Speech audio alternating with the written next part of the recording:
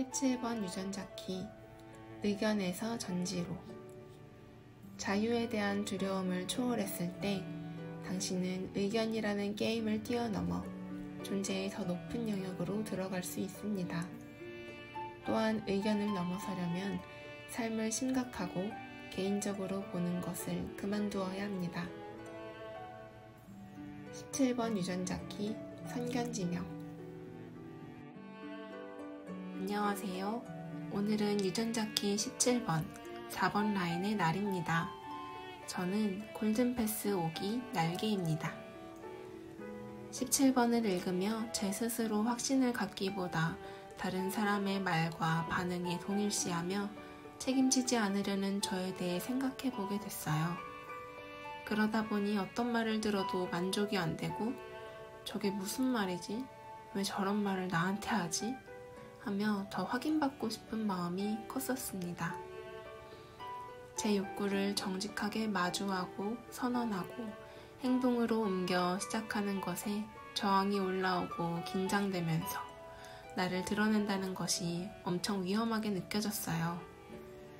그런데 지난 22번과 36번에 격동의 주간을 보내며 감정, 생각, 행동의 책임의 주체가 나 자신이라는 것과 그 어마무시해 보이는 책임의 시작이 그저 수용이라는 것을 다시 묵상하게 되었습니다. 저는 올해 대학원에 입학해서 새롭게 도전하고 배우는 과정 중에 있는데요.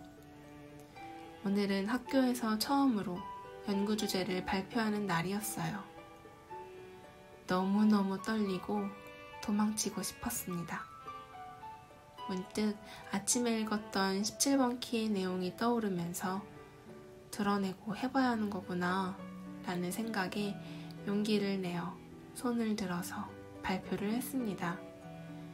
하지만 교수님과 선생님들의 반응을 살피면서 바들바들 떨었고 시야가 뱅글뱅글 도는 것 같았어요. 교수님께 받은 피드백은 만족스럽지 않았고 다른 선생님들이 받은 피드백이 질투가 났습니다. 저를 깎아내리는 마음과 소외감, 모든 것에 대한 불신이 마구마구 올라오더라고요. 다시 만나지는 저의 패턴, 외부에 대한 반응과 투사로 또다시 스스로를 부정하고 있었습니다. 나는 여전히 나를 내보이는 것이 무지 겁나는구나. 내가 나를 믿는 과정이, 시간이 좀 더 필요하구나. 쿵쾅거리는 마음을 적어가며 돌아보게 됐습니다. 그런데 수업을 마치고 의외의 순간이 있었습니다. 선생님들과 이야기하다가 서로 이름을 주고받게 되었는데요. 다들 와, 이제 혼자가 아니야. 대학원 1호 친구예요. 친구가 생겼어. 라며 순수하게 기뻐하시는 거예요.